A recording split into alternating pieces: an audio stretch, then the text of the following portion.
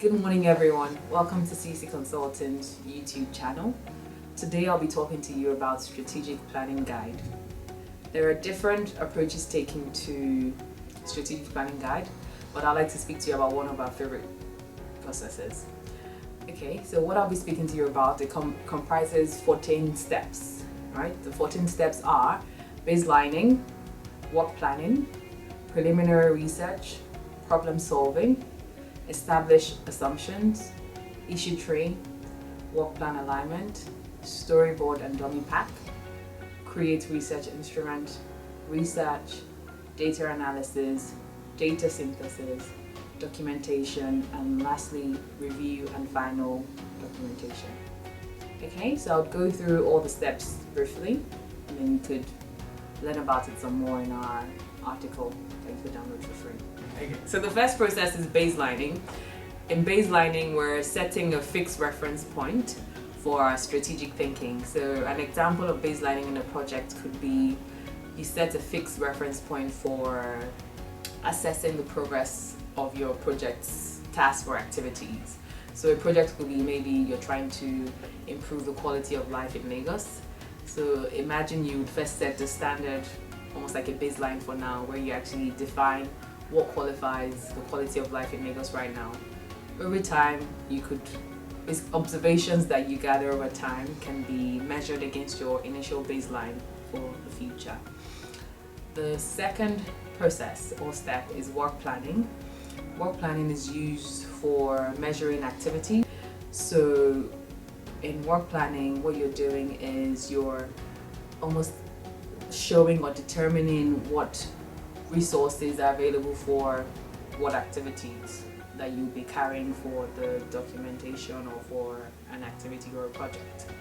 So in this case, then work planning is useful for aligning your focus, it's useful for ensuring accountability, and it also ensures that you're delivering timely results.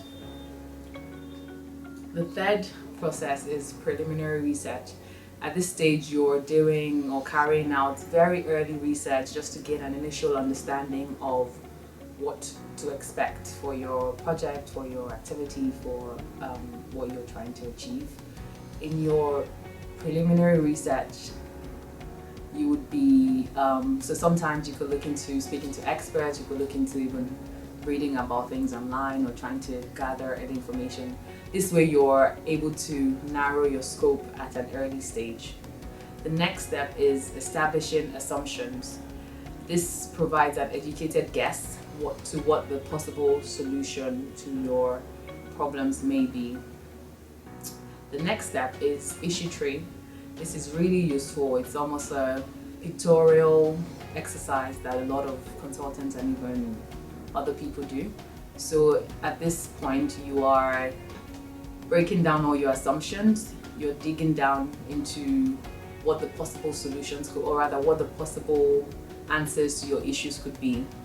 So another a technique that is useful in this step is brainstorming. So brainstorming is useful in a group setting where you sort of all sit down, you pour out all your ideas either on paper, either on a whiteboard, and then you eventually group them into activities that will be useful in your structured writing.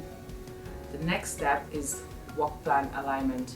So after you've done your issue tree, you can pull out almost like the subsections from your issue tree to align with your work plan, or to almost create an updated work plan. So this way you've given it a specific direction, you almost know what your document will look like at this stage. The next step after this is your storyboarding and dummy pack, creating a dummy pack. A dummy pack is useful for almost creating a picture or a painting of what your final document will look like. Because in this case, you've almost gathered a little bit more information and you could sort of start determining what the final document will look like. The next step is creating a research instrument. A research instrument is a useful tool that is used in gathering information from a population or a sample size. So there are two major research instruments you could use. It could either be qualitative or quantitative, or some people could even use both. A commonly used quantitative research instrument is survey, because most people think you can gather a lot of information from a large number of people at the same time. Another commonly used instrument on the qualitative side is interviews for a small, maybe for a group, almost like a focus group as we call it. The next step after you've created your research instrument is actually carrying out the research. So this can come in various steps, or various processes rather. So it could be a combination of fieldwork, of surveys, of interviews, of desktop research, speaking to experts, etc. The next step after you've carried on your research is the data analysis. At this point, you're gathering all the information you've gotten from your research, and you're almost trying to identify the themes or the patterns that you're finding in all the different information you've gathered. This will be used for the next step, which is data synthesis. In this process, or in this step, as I would say, you are creating insights or gathering insights from all that information. You're gathering insights, intelligence that will be useful for populating your dummy pack, or for even documentation in general. While you're doing this, it's always best to link it to your assumptions that you've created, and even to your main point in your issue tree. After you've gathered all the intelligence and insights, the relevant intelligence and insights, you move on to the next step, which is documentation. Your documentation, you're populating all the relevant areas. Remember, there's been a dummy pack that we did in step 8. So what you're doing now is you're documenting all the useful information you've gathered along the way. After that, the last step is you review, and then you get your final document ready.